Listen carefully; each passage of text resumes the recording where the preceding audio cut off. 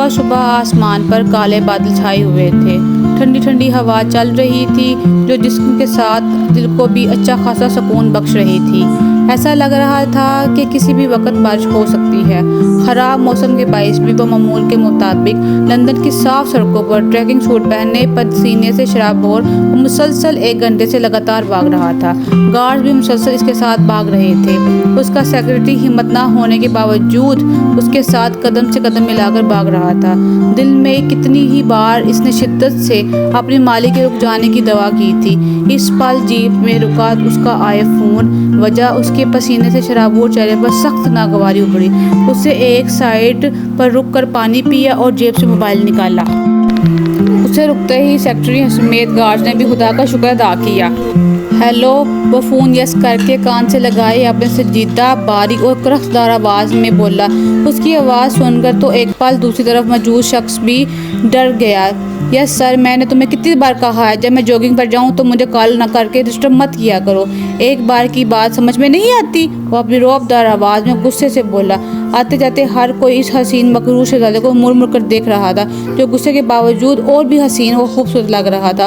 वहाँ मौजूद कई लड़कियों ने इसकी खुशहाली की बजारी पर अपना दिल हारा, लेकिन वो हर चीज़ बाखबर गुस्से से किसी को फ़ोन में मुसलसल डांट रहा था। गुस्से से उसने फ़ोन रख दिया और एक लंबी और सर्द सांस हवा के सुबह की घर की तरफ उसने गाड़ी ली। गार्ड्स उसके हमरा थे। घर आते ही बोला, बुआ जल्दी से नाश्ता लगाएं, मैं फ्रेश होकर आता हूँ। घर के अंदर दाखिल होते ही बुआ को नाश्ता लगाने का कहता ऊपर अपने कमरे की जानिब बढ़ गया। कमरे में आकर उसने शावर लिया। शावर लेकर उसने शीशे के सामने खड़ा अपने बाल सेट कर रहा था। बाल सेट करने के बाद उसने अपना परफ्यूम का छिड़काव किया।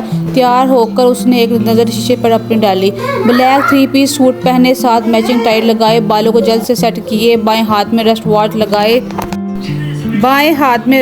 लगाए, पैरों में ब्लैक ब्रेडेड शूज़ पहने, संजीदा सफ़ेद पर छाई हल्की बेरड सख्ती से आपस में पेवस्त होंठ, ब्लू समुंदर की गहरी जैसी आंखें जो किसी भी जज्बात से आ रही थी। वो संजीदा में भी इंतहाई हैंडसम लग रहा था। एक नज़र शीशे में अपने ऊपर डाले, सर झुकता हुआ अपने फ़ोन उठाए कमरे से निकल गया। कुछ ही देर वो अपने मखसूस चेयर पर बैठा नाश्ता कर रहा था। अभी वो नाश्ता करने के जाने के लिए उठा ही था जब इसका फ़ोन बजा। उसने हाथ में पकड़ा फ़ोन देखा तो इसके चेहरे पर पुरस्कार मुस्कुराहट दौड़ गई।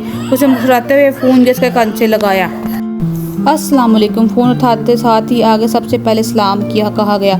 वालेकुम सलाम, कैसा है मेरा बच्चा? वो अपने लहजे में बेपनाह मोहब्बत से मोए बोला। अल्हम्दुलिल्लाह, मैं ठीक हूँ भाई, आप सुनाए? अबान चह कर बोला।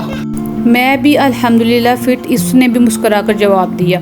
मैंने आपको सुबह सुबह इसलिए फ़ोन किया है कि उस चुड़ैल से बात कर लीजिएगा, वो आपसे बहुत नाराज़ है। अबान शरारत से बोला तो वो मुस्कुरा दिया। अबान, मैंने तुम्हें कितनी दफ़ा कहा है कि ऐसे मुँह से ऐसे लफ्ज़ मत निकाला करो। वो अपने छोटे भाई को झिड़कता हुआ बोला।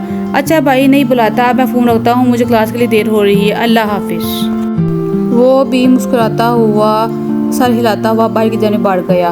वो बाहर आया तो उसके इंतज़ार में गाड़ियाँ पहले से ही तैयार खड़ी थी। गार्ड्स ने आगे बढ़कर जल्दी से मर्सिडीज़ का दरवाज़ा खोला। उसके बैठते ही ड्राइवर ने कार स्टार्ट की। गार्ड्स के इशारा करने पर चौकीदार जल्दी से दरवाज़ा खोला। कुछ ही